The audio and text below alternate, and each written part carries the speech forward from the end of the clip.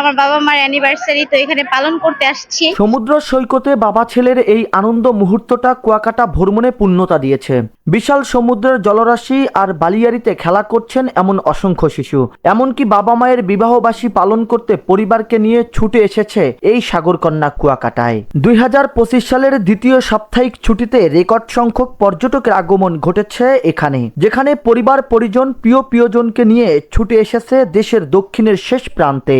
আমি পরিবারের সাথে আসছি, আমার বাবা মার অ্যানিভার্সারি, তো এখানে পালন করতে আসছি। তো কুয়াকাটা আসা হয়নি কখনো, তো এক্সপেরিয়েন্স করতে আসছি যে কেমন হয়। আর দেখতে পরিবেশটা ভালো, কিন্তু মানে শীতের মধ্যে একটু গরম আর কি, এই আর কি। এইবার আমাদের বেশি শুধু ফ্যামিলি ট্যুর, তো একদম ফ্যামিলির সবাই আসছি, এই জন্য আরো বেশি ভালো লাগতেছে আর কি, বেশি এনজয়েবল মনে হচ্ছে আর কি। এখানে আসছি, কখনো আসা হয়নি। পরিবারের সবাই একটা আনন্দ উপভোগ করা যায়, পরিবারের সাথে থাকলে একটু বেশি উপভোগ বেশি হয়, এর জন্য পরিবারের সাথে কুয়াকাটায় আসা। সরজমিন ঘুরে দেখা যায় ভ্রমণ পিপাসুরা পুরো সমুদ্র সৈকতকে দখল করে নিয়েছেন। অনেকে আবার সমুদ্র সৈকতের বালু দিয়ে নিজেকে শাহজাহান ভেবে তার মমতাজের জন্য তাজমহল তৈরি করছেন। কেউ বা আবার ঢেউয়ের তীরে ভাস্কর্য তৈরি করার চেষ্টা করছেন। এক কথায় বলা যায় দীর্ঘদিন পর প্রাণ ফিরে পেয়েছে কুয়াকাটা।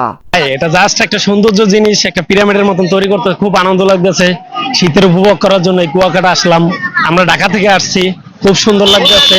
সাতক্ষীরা থেকে আমার ফ্যামিলি সহ সবাই আসছে ঘুরতে, খুবই মজা পাচ্ছি, খুবই ভালো আনন্দ। ছোট্ট শিশুটাও থেমে নেই। সমুদ্রের জলরাশির সাথে নোনা জল গায়ে জড়িয়ে বালুমাখা শরীর নিয়ে আনন্দ করছে। অবুঝ শিশুটাও মনে মনে পরিবারকে ধন্যবাদ দিচ্ছে। আমার আব্বু আম্মু আর ভাই এখন মোটামুটি লাগছে।